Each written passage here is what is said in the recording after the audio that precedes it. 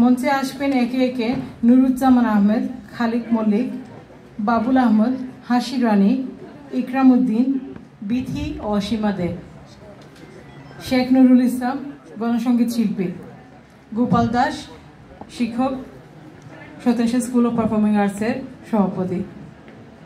আমি নামগুলো আবারও বলছি, সকল শিল্পীদেরকে মঞ্চে আসার জন্য আহ্বান জানাচ্ছি। নুরুজ্জামান আহমেদ, খালিক মল্লিক, বাবুল আহমদ, হাসি রানী, ইকরাম উদ্দিন, বিথি, অসীমা দে, শেখ নুরুল ইসলাম, গোপাল দাস।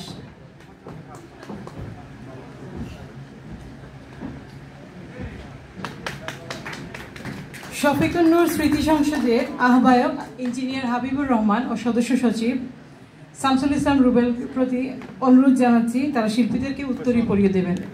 উত্তরীয় পরিয়ে দিতে আসছেন ইঞ্জিনিয়ার হাবিবুর রহমান ও শামসুল ইসলাম রুবেল।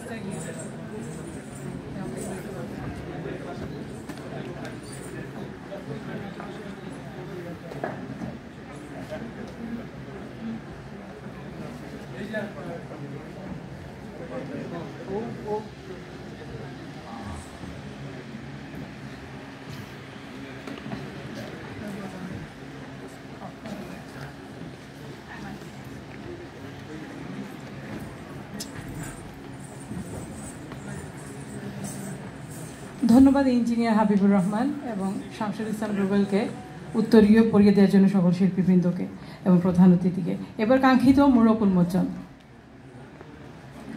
শফিকুন নূর সমগ্র বইটি সম্পাদনা করেছেন বাংলা একাডেমি পদকপ্রাপ্ত গবেষক সুমন কুমার দাস। প্রকাশ করেছে উৎস প্রকাশনা। শফিকুন নূরের কণ্ঠের জাদুতে বাংলার উত্তর পূর্বাঞ্চলের মানুষ বোধ হয়েছিলেন প্রায় 3 দশক। বিগত শতাব্দীর শেষ 3 দশকে এই সাধক শিল্পীর দরাজ কণ্ঠের জাদুতে অপ্রচলিত অনেক পল্লিকান পেয়েছে অমরতা। তিনি নিজেও যে গীতিকার সে পরিচয় তত ব্যাপ্তি লাভ না করলেও সেই পরিচয় তত ব্যাপ্তি লাভ করেনি শিল্পী খ্যাতির আড়ালে। শফিকুন নূরের মুন্সিয়ানা কণ্ঠের দরদ, বিশেষত বিচ্ছেদী কিংবা কেচ্ছা এবং মালজোড়া গানে অনন্যতা তাকে দিয়েছে কিংবদন্তির স্বীকৃতি।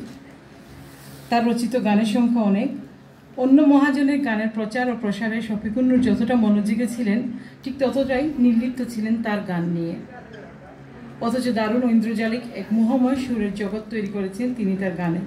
এক কালোত্তীর্ণ সাধক শিল্পীর গানের সংগ্রহ গ্রন্থ লোকবাংলার সঙ্গীত ভুবনে এক অনন্য সংযোজন।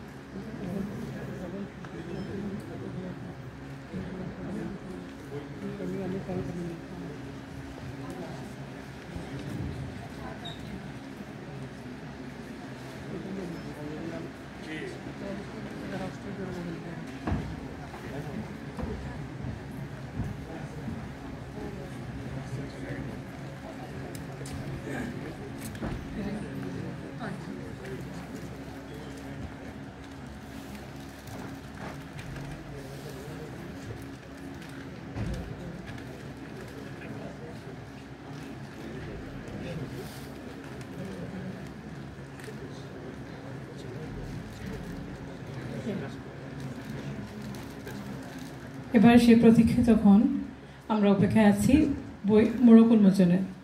প্রধান অতিথির সাথে বাকি সবাই যারা মঞ্চে আছেন আমাদের শ্রদ্ধেয় শিল্পীবৃন্দ সবাই একে একে বইয়ের মোড়কটি খুলবেন। ধন্যবাদ।